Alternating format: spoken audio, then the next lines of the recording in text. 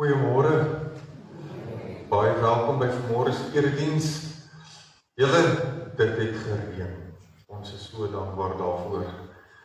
Op die plase baie meer en beter as hier in die dorp, maar dit is hoe dit hoort. So ek is baie dankbaar en ons het ons vir die Here gevra en hy het so bietjie gegee na tot nou toe en nou toe ordentlik gegee. So ons is regtig verskriklik baie dankbaar daarvoor.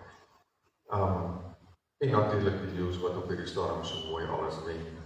Maar, oké, dis net bescheiden.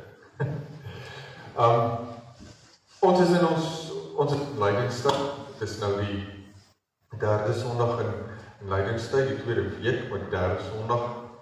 En in hierdie tyd fokus ons nou op die drie geestelike dissiplines, gebed, gee van almose, en om regtig net voor die Here te verootmoedig en bewus te raak van ons eie bydra tot dit wat gelei het op die dag toe Jesus gekruisig is, Vrydag op Golgotha, Goeie Vrydag. En vier ons dit omdat dit eintlik reeds ook 'n afwagting skep vir Paasondag.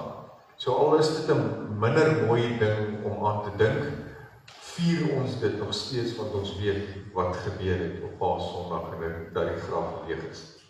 Nou deel daarvan kyk ons op hierdie stadium na tekste wat ons help om net weer 'n bietjie te besef wie en wat ons is in vergelyking met God en dan natuurlik wat ons aandeel is en daarom dan vanmôre hierdie teks Esegiel hoofstuk 37 vers 1 tot 14 en die tema is geraamtes in die kas. Ons gaan nou 'n bietjie verder oor die spookstorie gesels. Ons gaan eers begin deur lekker saam te sing. Ons voorsang 2 lofliedere, die 200 vers 1, 2 en 3. U goed dat Heer kan ons nie pyl nie, dan die 209, Heer met my hele hart, en dan ons aanbiddingslied wat ons ook staande sing, die 245 vers 1 en 2, ek wat vergifnis Heer ontvang het. Kom ons staan en sing ons lekker saam.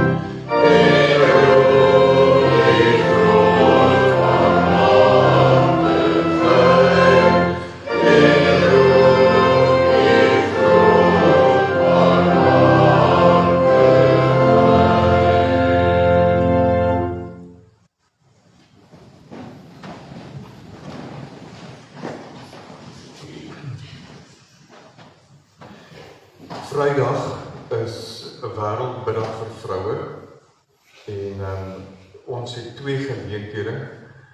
Een Afrikaans geleentheid hier by ons by die kerk en dit is dan 'n Vrydagmiddag 4:00. Dit gaan gelei word deur Edith en dan 'n Engelse geleentheid 10:00 die oggend by die Baptistekerk in Lebaleng. So die dames wat dan in die oggend geleentheid kan of wil bywoon, julle is welkom. En as jy nie weet waar dit is nie, kan jy asseblief met Rona of met Lindy of met Leonor gesels en as jy dalk 'n saamry geleentheid wil hê, kan jy met enige van daardie 3 gesels. En dan nou natuurlik die geleentheid hier vir die dames wat werk of wat ook al, kry maar 'n sieknota by die dokter, dan boek jy sommer die dag af, dan kan jy verhoor, kan jy betyds wees nie, ek spot, maar kom woon dit asseblief by, en ek wil tog vra, dat jy asseblief by die geleenthede se advertensies maar sal versprei, en dat jy maar mekaar sal motiveer, en saam sal ry, of wat ook al, dat jy die geleentheid hier kan kom bywoon. Dis regtig net 'n gebedsgeleentheid, en daar sal dan wel koffie en tee wees daardie tyd, maar dis nie 'n geëet en 'n gekuier en allerlei sulke goeders nie. Dis regtig 'n gebedsgeleentheid. En ek dink dit behoort nogal iets moois te wees. Die tema is die teks in Matteus wat sê, kom na my toe almal wat rus nodig het en ek sal vir julle rus gee. Dis die tema vir hierdie jaar. Dan is daar verjaarsdae en name by die voorbereidingslys. Ek wil tog net die name by die voorbereidingslys is Elna Flynn, gaan heel wat beter met haar, sy word hierdie week ontslaan, is sy Gideon, en dan kom sy hiernatoe, dan gaan sy hierin saam staan, ingaan, waaroor ons almal baie dankbaar is. Met Flip gaan dit heel wat beter, hy is ontslaan, hy is nog in Pretoria, want hy moet op Dinsdag die dokter sien, maar dan sal hy sekerlik, as alles dan nou goed verloop, sal hy dan nou daarna in die week iewers sal hulle terugkom huis toe. Met Patrick op hierdie stadium, ons is bekommerd oor Patrick. Patrick is nog in die hospitaal en ons is regtig bekommerd oor hom. Daar is nou nog weer klomp toetse gedoen en dis meer. Maar ons is regtig bekommerd oor hom en sy gesondheid, sy welstand. Dan oom Mani, dit gaan heel wat beter met hom. Hy sterk al aan, hy is by die huis. Maar dit gaan beter met hom, die operasie en goeders was 'n sukses, so ons is dankbaar daarvoor. En dan 2 name wat ons wil bysit asseblief.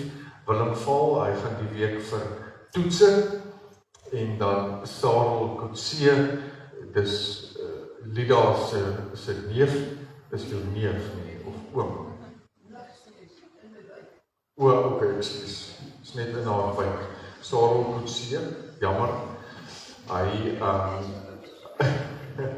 Hy het gordelroos en dit gaan op hierdie stadium nie regtig baie goed met hom, so net asseblief daardie 2 name bysit by die gebedslys. Dan is daar verjaarsdae hierdie week. Vandag verjaar Nicolien. Sy kry nou al haar 2de sjokolade vandag. Onthou 'n oomblik op die lippe is 'n leeftyd op die heupe.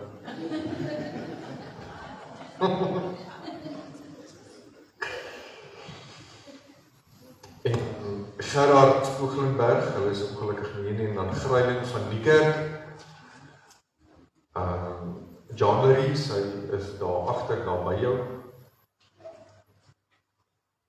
En Nicolien Shepherd, daar bo. Hulle verjaar almal die 3de, dit is nou Woensdag. Jammer, Dinsdag, vandag is die eerste. Ai, Dinsdag, ja. En dan die 6de verjaar Moira, sy is hier, sy kry ook nou al haar 2de sjokolade vandag. Daar kom jou 2de sjokolade, hy is op pad. Ons gee vanmôre vir die fikse man ordentlik oefening, soos wat hy rondgaan. Okay, en dan die 4de, dis Woensdag, Danes Hofman, daar is hy. Jo, gelukkig is het Vincent wat vanmorgen uitdeel.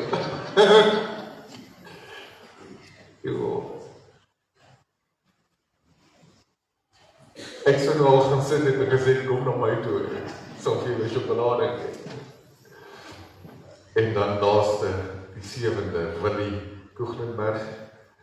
Ek het hulle nie gesien nie, en Boeda's ook nie. So, ons is nou klaar.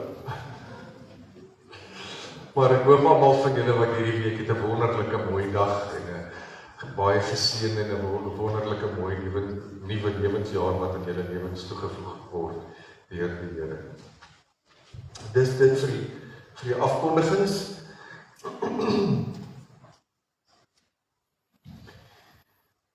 Ons aanvangswoord vanmôre is uit Psalm 108. Lees saam met my. 'n lied, 'n psalm van Dawid. My hart is standvastig, o God. Ek wil sing, ek wil lof sing, ja, van harte. Word wakker, harp en lier. Ek wil die dagbreek wakker maak. Ek wil U dank onder die volke, Here. Ek wil U besing onder die nasies, want groot, ja hoër as die hemel is U troue liefde. Tot by die wolke is U waarheid. Verhef U bo die hemele, o God, U heerlikheid oor die hele aarde, sodat die geliefdes gered kan word.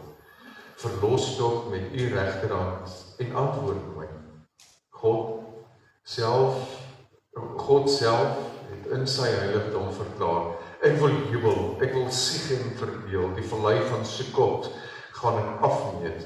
Aan my hoort Gilead, aan my Manasse, Efraim is 'n beskutting vir my kop, Juda is my heerserstaf, Moab is my dwarskom, en Edom gooi ek my sandaal. Oor Filistea juig ek. Wie sal my bring na 'n versterkte stand? Wie sal my lei tot by Edom? Is dit nie U, o God, wat ons verstoot het nie? U, o God, trek nie meer saam met ons weer uit nie. Kom ons te hulp teen teenstanders. Die hulp van mense is nutteloos. Met God tree ons dapper op. Hy sal ons teenstanders vertrou. Ons foto dan nou vanmôre is responsories en daarna is die seëngroet. Kom alle getroues, laat ons bidend nader. God is hier teenwoordig. Hy ontmoet ons met genade en liefde.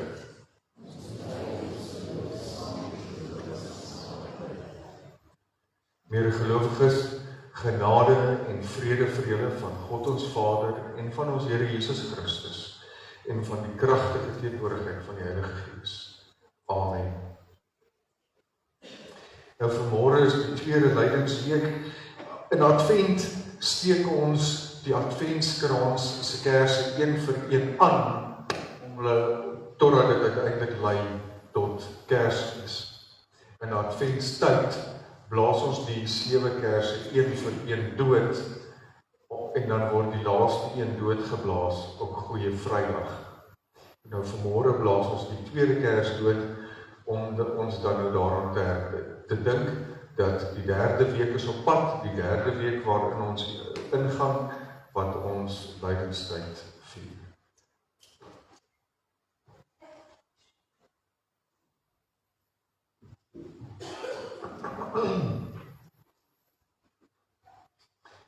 Ek gee nou geleentheid ook tydens die verootmoediging vir stilgebed dat ons onsself kan voorberei om ontvanklik te wees vir die woord van die Here en ook om dit na te dink oor dit wat ons nou in lydenstyd vier.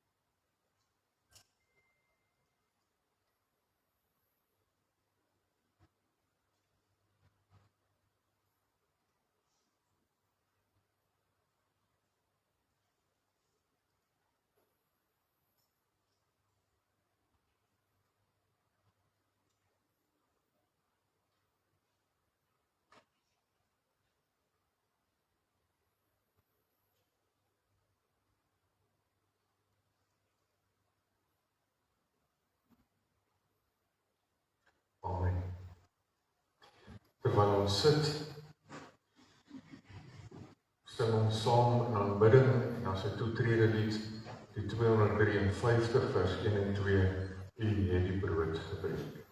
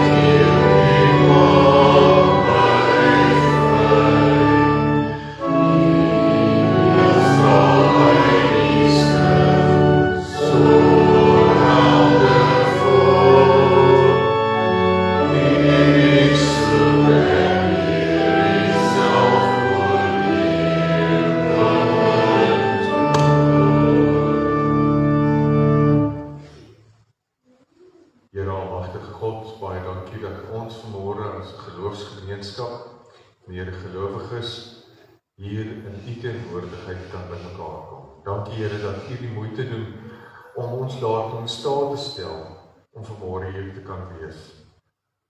Sodat ons nie net mekaar in mekaar se teenwoordigheid kan wees, maar U ook kan ontmoet. Ons weet dat U elke dag by ons is, maar by 'n geleentheid soos hierdie is dit anders.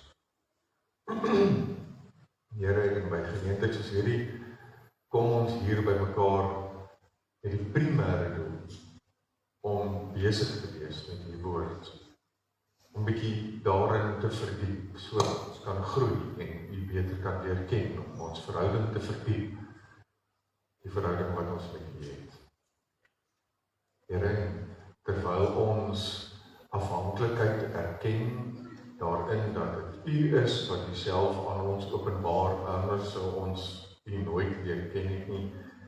Erken ons ook ons afhanklikheid teenoor U in opsigte van ons bestaan. En Here, U het wonderbaarlik reën gegee. En ons is so dankbaar daarvoor. Ons het gebid en gevra dat U die sluise van die hemel sal oopmaak, en U het.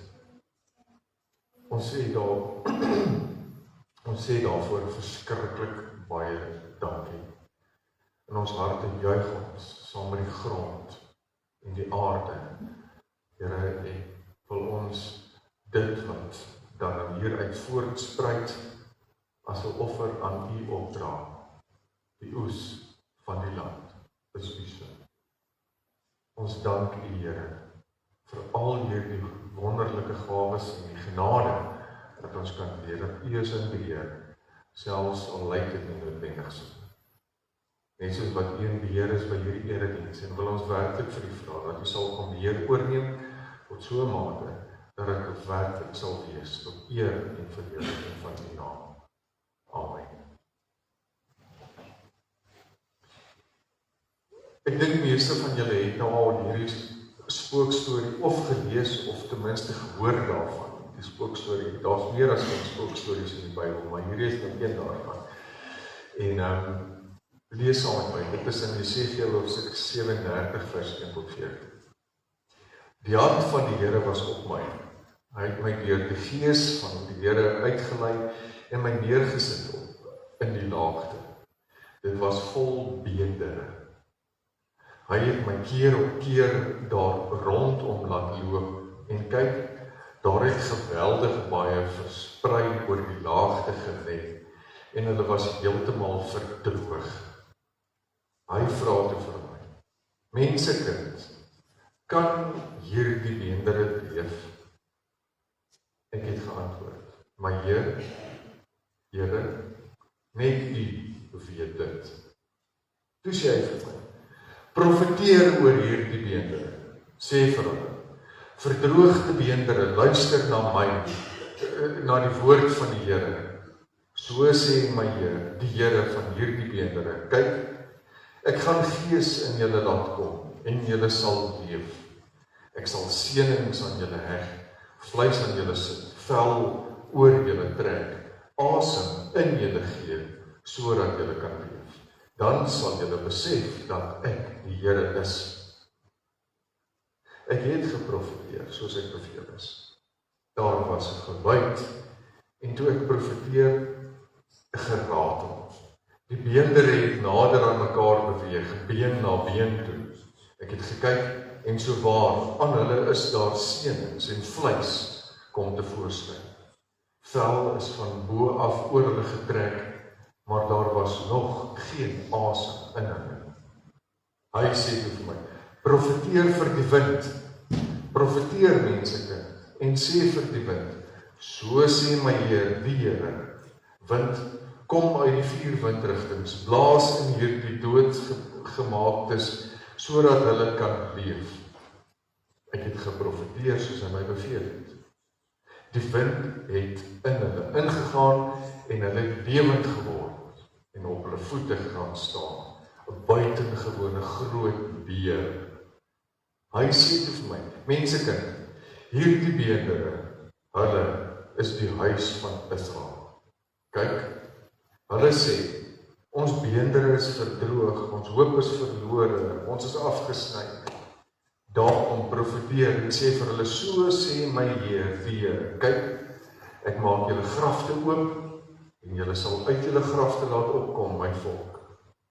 Ek sal julle terugbring na die grond van Israel. Julle sal besef dat ek die Here is, wanneer ek julle grafte oopmaak, en julle uit julle grafte laat opkom, my volk. Ek sal my gees in julle gee, en julle sal leef. Ek sal julle rus bring op julle grond. Dan sal julle besef dat ek die Here is. Ek het gepraat, en ek sal dit doen. Dit is die uitspraak van die Here.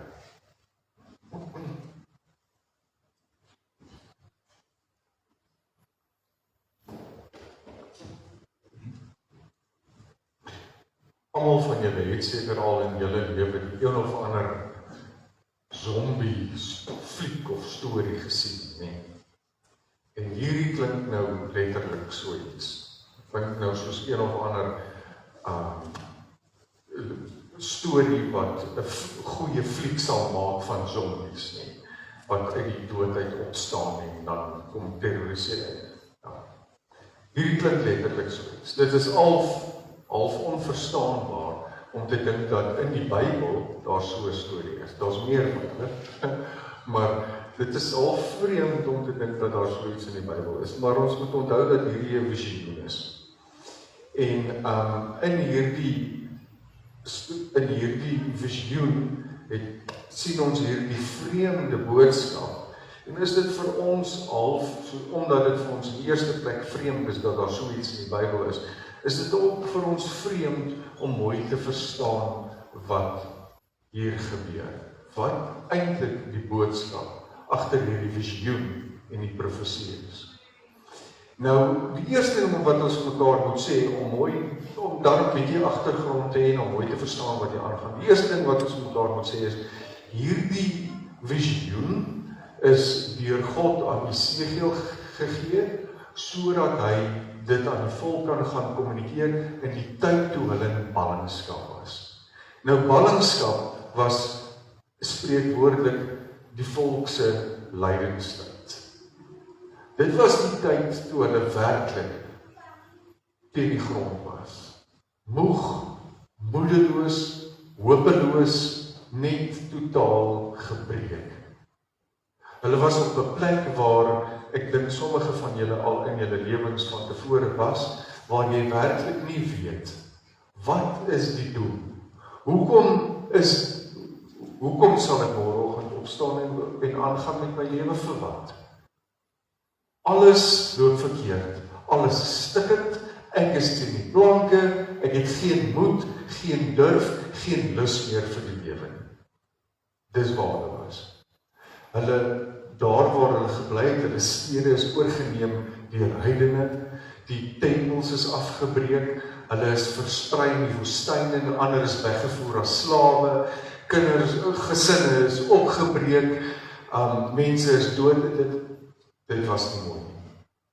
So hulle is regtig op eintlik die laagste punt in hulle geskiedenis. En hierdie visioen word aan Jesegiel gegee om vir hulle te gaan vertel as 'n boodskap van hoop. Nou, hoekom sou dit nou so wees dat dit 'n boodskap van hoop is, as dit nou vertel van dooie beendere? En as ons dit sien as dat God gee vir Jesegiel hierdie boodskap om vir hulle te sê, julle voel dalk op hierdie stadium soos hierdie geraamtes wat hier lê. Hopeloos, leweloos, nutteloos. Maar wanneer ek met julle werk, dan gaan ek weer vir julle lewe gee. Julle gaan weer kan jubel, julle gaan weer kan dans, julle gaan weer kan sing, julle gaan kan leef, julle gaan teruggaan na julle land toe. Julle gaan weer volwaardig mense wees. Ek sal weer aan julle letterlik julle menswaardigheid teruggee. En as ons dit so verstaan, dan weet ons dat eintlik is hierdie teks baie nader aan ons eie huis en aan ons eie lewens, as wat ons oorspronklik sou dink as ons die teks net so sou lees vir wat dit is. Die eerste ding wat ons moet sien is dat dit baie duidelik vir Jesegiel gesê word en dat hy dit so moet verkondig aan die volk, dat die beender is eintlik Jesegiel se volksgenote. Hy weet tog mos nou dat, en dit is mos nou 'n visioen, ons lees dit vir 'n visioen, nie letterlik nie, ons kan geen visioen letterlik verstaan nie, dit is 'n visioen. En in die visioen sê God, hierdie beender is jou volksgenote. Nou, hy weet sy volksgenote is daar buite, hulle leef, hulle haal asem. Hulle leef nie noodwendig voluit nie, maar hy weet, hulle is nie dood, dit is nie hulle beendere nie.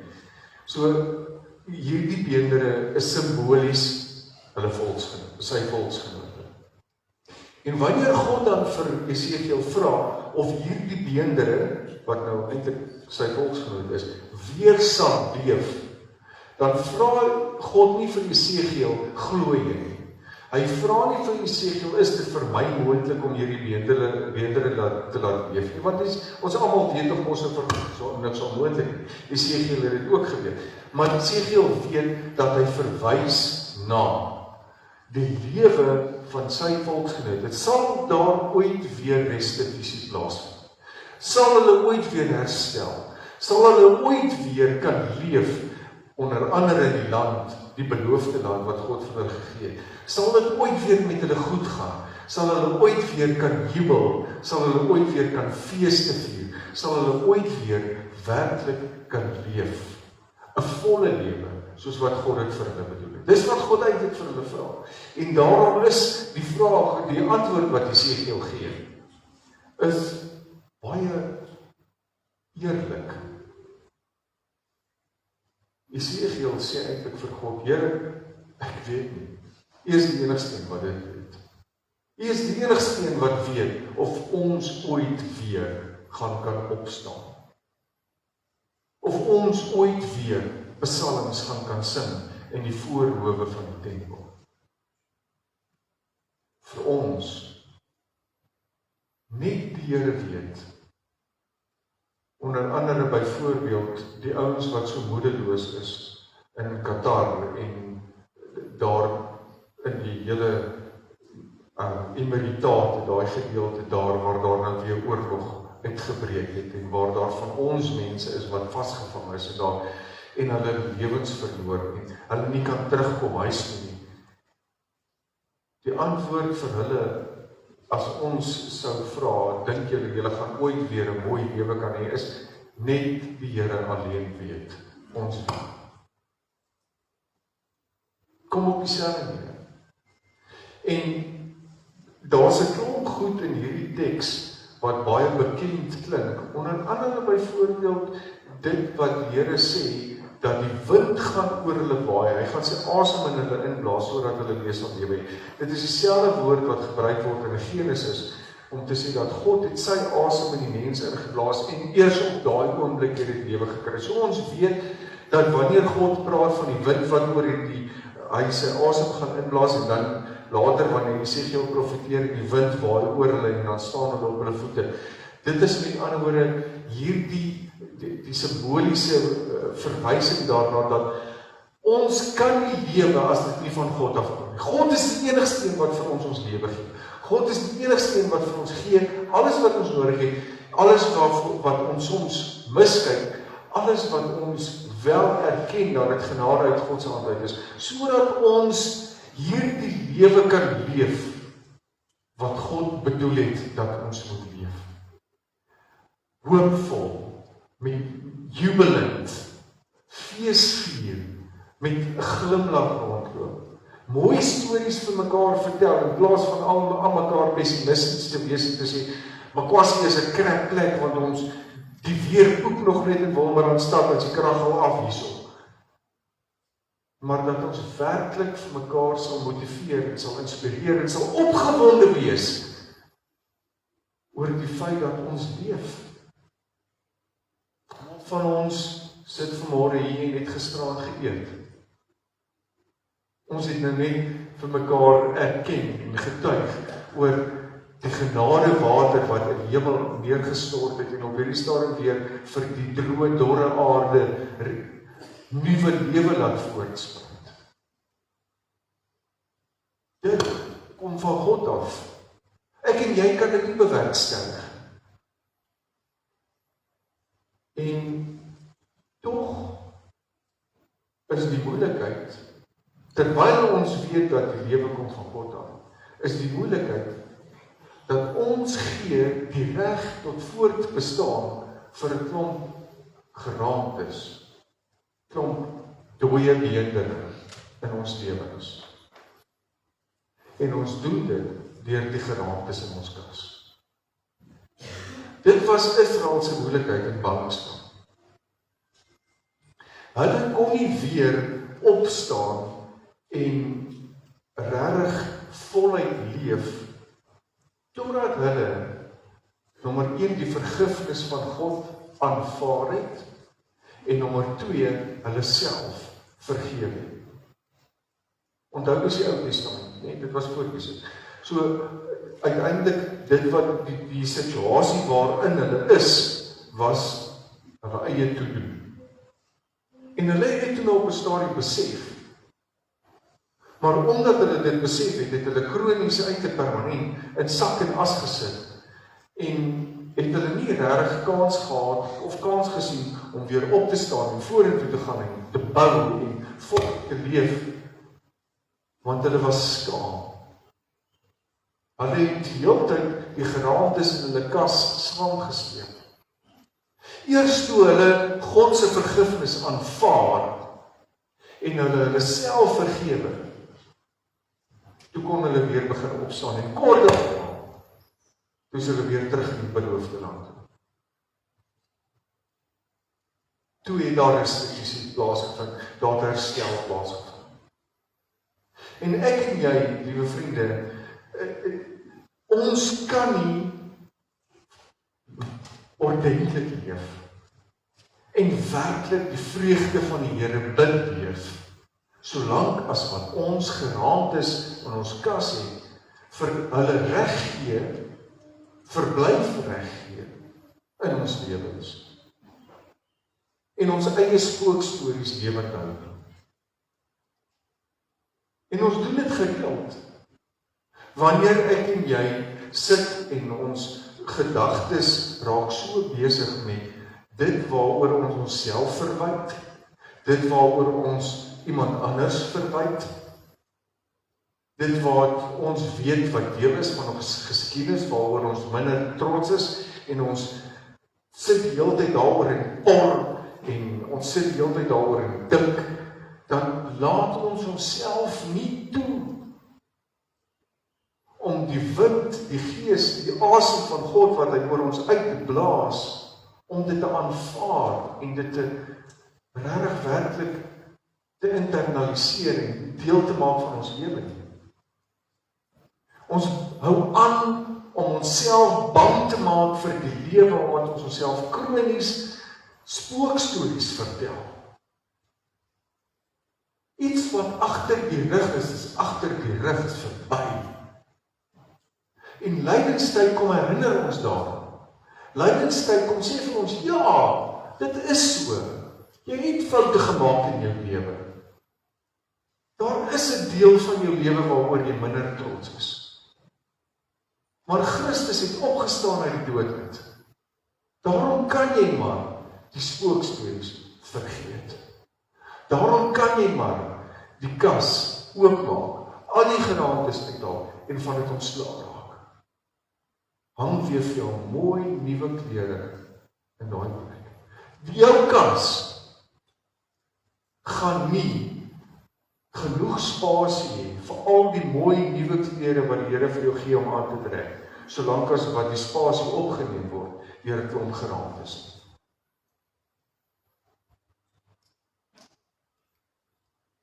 Hierdie restituisie wat God in Israel se lewens gebring het, wil hy in my en jou lewe ook bring.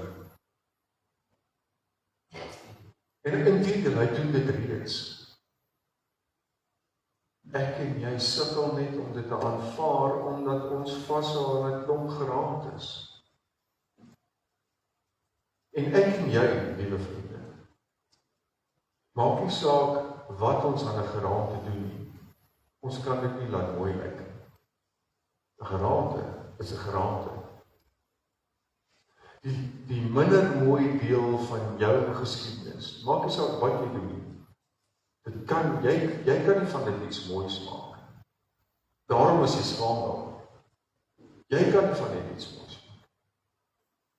Maar God doen. God het in Esegiel se visioen van 'n klomp beendere wat in 'n vlakte gelê het hy weer mense gemaak, nie net mense nie, 'n leer. Het is belangrik om dit raak te lees. Hy het van dit 'n leer gemaak. 'n leer gee sekuriteit, 'n leer verdedige koning, 'n leer is die wat aan mense die sekuriteit bied sodat hulle kan veilig voel, ensovoorts. So wanneer God die geraamtes laat lewe, laat hy hulle nie net lewe nie. Hy maak van dit 'n leer wat sekuriteit simboliseer. So wanneer ek en jy ons geraamtes uit die kas uithaal en ons gee dit vir die Here en ons Here vat dit asseblief weg, wat die Here dan kom doen die Here iets daarmee wat ek en jy nie kan nie, en daaruit kom gee hy vir ons sekuriteit. Hy kom gee vir ons dit uit 'n minder mooi verlede, wat ons nodig het om te kan weet, aan die hand hiervan kan ek vorentoe gaan. Want God bewys dat selfs dit wat ek wil wegsteek, gebruik hy om vir my die sekuriteit te gee dat hy, wat God is, altyd in beheer is. Dat hy altyd vergewe. Dat hy altyd, selfs met dit waaroor ek skaam is, selfs met dit, weer vir my kom lewe gee. En dit is so. Daai minder mooi deel van ons lewens, selfs die klein dingetjies, kom ons noem dit nou maar die gewoonte oortredingkies, of dalk dit waaroor ek en jy lank sukkel om van ontslae te raak, wat dit ook al mag wees, dit bly die monsters in ons eie thriller storie, solank as wat ons 'n thriller storie vertel. Dis soos die monster onder die bed. Wanneer jou kind jou kom roep en sê, papa, ma, ek is bang, daar's 'n monster onder my bed. Dan sê ons, onthou, daar is nie sulke goed soos monsters nie. Ek is by jou, ek beskerm jou. Jy kan maar veilig en rustig slaap, dis oukei. En dan kyk jy onder die bed, en jy maak seker, dan sê jy, kom kyk saam met my, sien jy, hier's niks nie, dis veilig. Die Here wil dieselfde doen. Hy wil vir jou ook kom sê, kom kyk saam met my, hier's niks nie, jy's veilig, ek is by jou. En dan word jou riller storie 'n veeverhaal. Ons is veronderstel om ambassadeurs van God te wees. Dis hoe God ons gemaak het. Ons is veronderstel om 'n voluit lewe te leef. Ons is veronderstel om opgewonde te wees wanneer die son opkom en vreugdesange te sing oor die genade wat God oor ons lewens uitstort. Ek en jy kan dit nie doen solank as wat ons hulle stories oorvertel. Ek en jy kan dit nie doen solank as wat ons geraamd is saam met ons sleep nie. En moet ons van dit ontslae raak sodat ons kan voluit leef. Die lewe wat God in ons kom inblaas wanneer hy dit doen, dan is dit letterlik om van die geraamtes ontslae te raak. En wil ek nou hiermee af. Daai geraamtes, hulle kan nie eers mooi musiek maak al slaan julle te mekaar. Praat ons slaap nou. Onnodig. Kry lewe. Vind. Amen. Here, dankie. Dankie dat jy saam met ons onder die bed kom kyk. En ons kan verseker dat daar is nie monsters. En dat jy vir ons kom sekuriteit bied. Dankie Here, dat jy selfs die mees stowwerige, bes weggesteekte geraamte in die verste hoekie van die kas, dat jy dit ken, dat jy daarvan weet, dat ons maar die kas weer kan oopmaak en dit vir u kan gee. U weet in elk geval daarvan. Ons kan dit nie vir u weggesteek. Help ons Here om 'n bietjie ontslae te raak van hierdie goed. Help ons asseblief om weer voluit te kan leef, om restituisie in ons lewens te kan beleef. Want ons wil weer werklik ambassadeurs wees. Ons leef nie noodwendig in die land van Kanaan nie, maar ons leef in die koninkryk. En dit is ons Kanaan. Okwasi. Dit is ons Kanaan. En ons wil dit werklik beleef as melk van land, die land van melk en honing, soos wat u dit bedoel het. Ons het nodig om ons slaap te raak van hierdie goeders, sodat ons dit op so 'n manier kan beleef en daaroor kan getuig.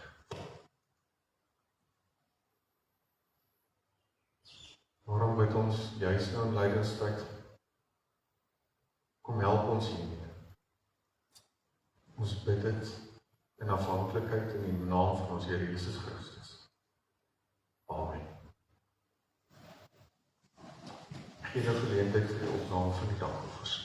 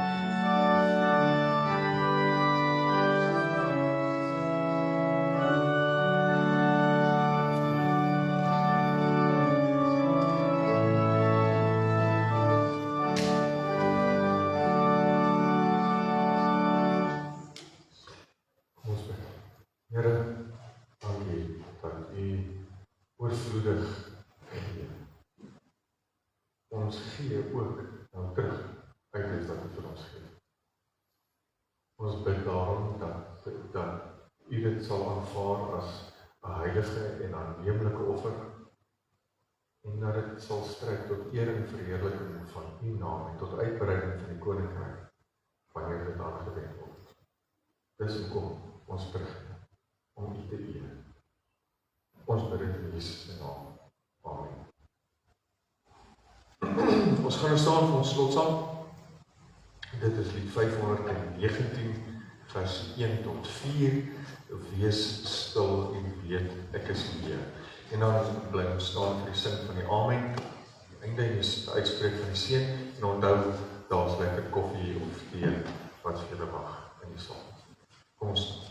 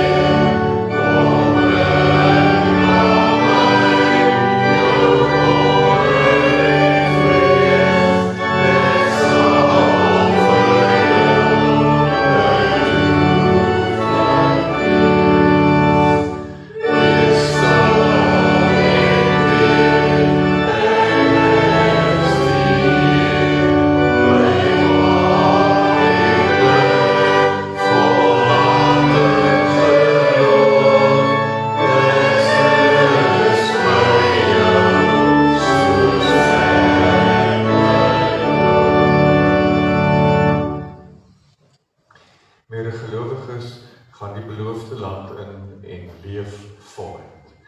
Die genade van God ons Vader, die liefde van ons Here Jesus Christus, die hoop, leiding en kragtige teenwoordigheid van die Heilige Gees sal by julle elkeen wees en bly, nou en tot in alle ewigheid. Amen.